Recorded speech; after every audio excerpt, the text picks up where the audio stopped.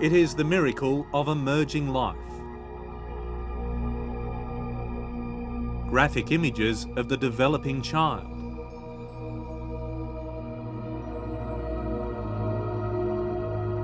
By 20 weeks, or nearly 5 months, baby's features are clearly recognisable. Tonight, we'll meet 2 women who had to abort their unborn children at this point and discover why late-term abortion has become the new battleground in an old war.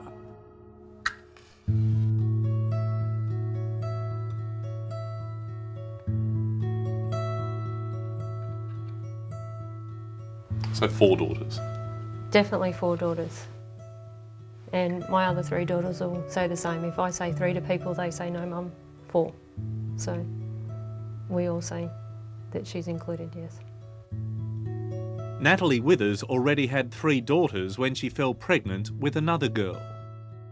I sort of had 2 names in mind, and yeah, I was sort of referring to her by that name when I knew that she was a girl for sure, yeah. Which was? Delaney. But a routine ultrasound at 19 weeks brought devastating news. Massive heart abnormality, 2 great big gaping holes in her heart, and the tubes were in incorrect position. And her stomach and liver were reversed, which meant that her spleen couldn't form to functioning size. At 20 weeks, Natalie had to decide whether to carry her baby full term and deliver it, probably stillborn, or to abort the pregnancy. She decided to abort. Most people that I speak to now who haven't dealt with it don't realise that you're presented with a little baby the same as you would be full term, just that they're smaller.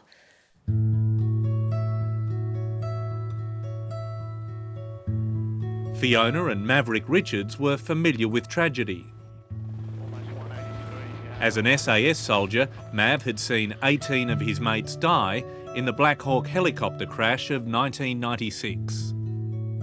When Fiona and Mav fell pregnant 2 years ago, it was a new beginning.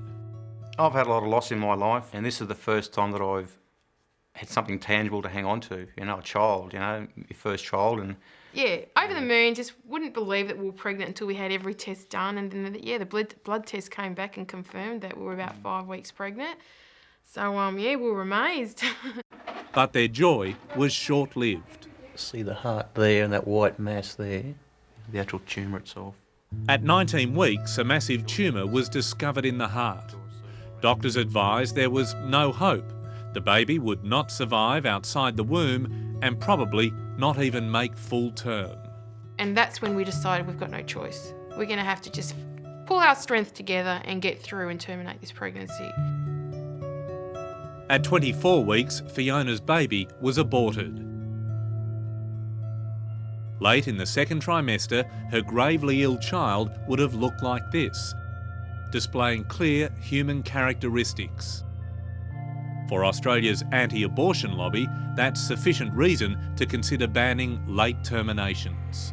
Abortion is too good a word for it. It is child destruction. National Party Senator Julian McGorran believes he's in step with changing public opinion. McGorran's view is that termination beyond 20 weeks should be banned. Why have you chosen 20? Why haven't you chosen 19, chosen 21? Why the distinction at 20 weeks? Well, of course, my position is that abortion itself is wrong. When you believe it's a human being, all abortion is wrong. But there seems to be a particular fault or horror about late-term abortions, and it's ever on the increase. 20 weeks is the accepted viability stage of the baby. And we have gone well beyond that. I mean, there are case examples of 32 weeks. Now, that should be stopped. It's at 8 to 12 weeks that most abortions in Australia are carried out. At that stage, the fetus is just 7 centimetres long and it's a simple procedure. Between 20 and 24 weeks, the growing fetus is already displaying most of the features it will have at birth. If born at 23 weeks, though premature, some babies survive. And this is why late-term abortion is so contentious, because it raises the question whether problems suffered by the fetus are in themselves sufficient to terminate life. Would you perform a late-term abortion if there was a serious heart abnormality? If that abnormality created a crisis in the family sufficient for them to want the pregnancy terminated, that's when I would consider the operation. Spina bifida? If it's severe enough, yes. Down syndrome? Down syndrome pregnancies are terminated all the time. We just move the head of the ultrasound around till we get the image that we want. To the anti-abortion lobby, Dr. David Grunman is a butcher. He's one of the few doctors in Australia willing to carry out late terminations, and one of the few willing to speak out on this debate. It's wedge politics. The abortion debate has been had. It's over and done with. It's been a dead issue for 30 years. The conservative right, the religious conservative right, is trying to create an opening to try to take the right of choice away from women in Australia. And the only way they can do that is by trying to splinter people who are pro-choice into those who find abortions late in gestation distasteful. Senator, why are we sitting here having this discussion? I thought it was all sorted out 30 years ago. Well, the line has shifted. 30 years ago, the law just didn't contemplate late-term abortions at all. Look, is this wedge politics on your part? You are putting your hand up and saying, let's bring the emotive issue of late-term abortion into the public forum, and then hopefully that will lead to a ban on all abortions. No, it's not. Look, this is far from wedge politics. This is a hot-button moral, ethical issue. It's hardly wedge politics. It has nothing to do with politics, quite frankly. I don't see the political advantage for either side. This has everything to do with social values and the tenets that we wish to run our society on.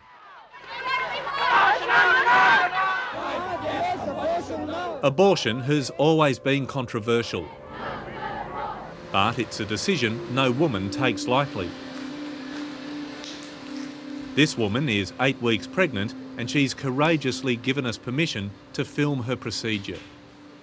It's the first time a termination has been filmed in an Australian abortion clinic, and a warning, some viewers may find it distressing to watch. It's a relatively routine procedure, but nonetheless clinical and unpleasant.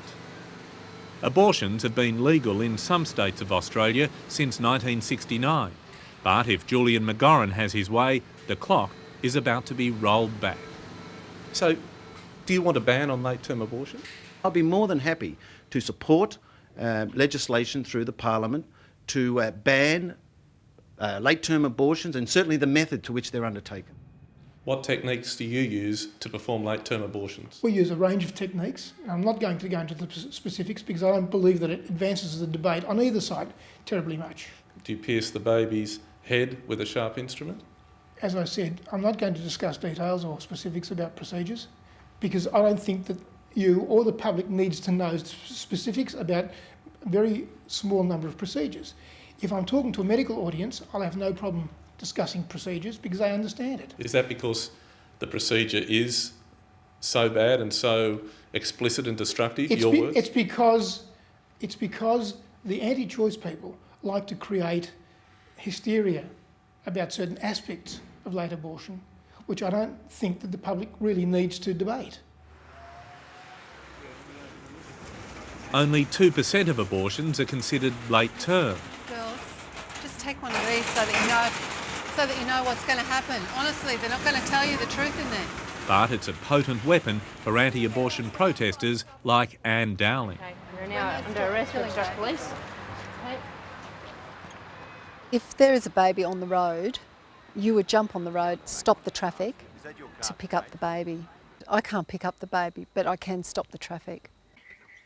Anne has 7 children of her own, but is prepared to go to jail for the cause. She's been arrested 25 times. A baby's going to die. A baby's going to be killed. What do? You hand someone a leaflet about it? No, you block the door. And that's what we do. We definitely did do the right thing because we weren't able to see that at the time that it was the right thing because we were so overwhelmed by feelings of guilt and loss and grief. But once we were able to think about it, basically we had no choice. Isn't it about the woman? Well, no. Well, the women, of course, do not have an unfettered choice in this matter. If society is going to lead itself down that slippery slope where they will start aborting late term on the grounds of disability, then where do you draw the line? Where is the new line? But Senator, we're not talking disability, we're talking severe abnormalities. Abnormalities that specialists have told the parents will kill their child. And with modern medicine, a great many of these physical disabilities can be fixed up. It's a nonsense argument to say that you've been given evidence or diagnosis by a doctor of a disability, and that is exactly how it will be born. Hold on. Quite Who's often the it does expert? not. The senator or the doctor? Well, I know of many examples, and many doctors speak to me about it, that there's a proliferate of misdiagnosis. I mean, how close are we going to get to the point of infanticide? What if this woman is told by a cardiologist, by her obstetrician, that your child has no chance of surviving? Doesn't the woman have the right to make a decision about what she wants? Well, it's my view that she doesn't. If she's been given all those views, there are many equally case examples of survival, and that child ought to be given a chance to survive. I would have probably killed myself if I could not terminate that pregnancy. If I had to carry that baby for another 4 months, feeling that kicking, and then knowing that this baby, once it's a fully grown baby, was going to die, I could not live with that. Excuse me. We'd like to speak to you if we can. Yeah, we're a couple that did have to have a late-term abortion. When it comes to abortion, emotions run high on both sides. Whether it's a 16-year-old girl who decides to terminate her pregnancy for whatever reason, or a 30-year-old whose baby's dying, that is a very personal thing. No one should butt in. Not a politician and not you. The argument once seemed black and white. You were either for or against. But the focus on late-term abortion has brought shades of grey. You've got to decide what you think is right for yourself. No one else could have decided that for me. I was the one carrying that baby. I was the one suffering. It was my loss. It was my grief.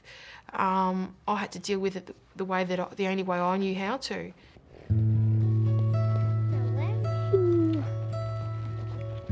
Hello again.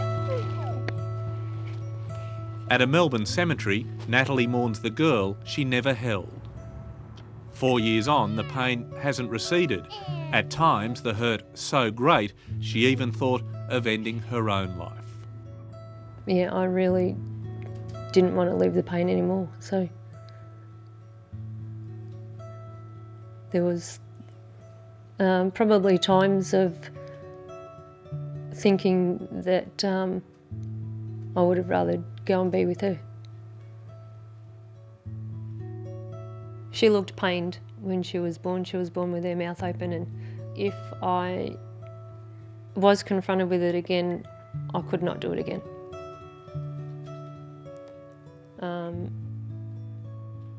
I couldn't play God again. Hello, I'm Liz Hayes. Thanks for watching. To keep up with the latest from 60 Minutes Australia, make sure you subscribe to our channel. You can also download the 9 Now app for full episodes and other exclusive 60 Minutes content.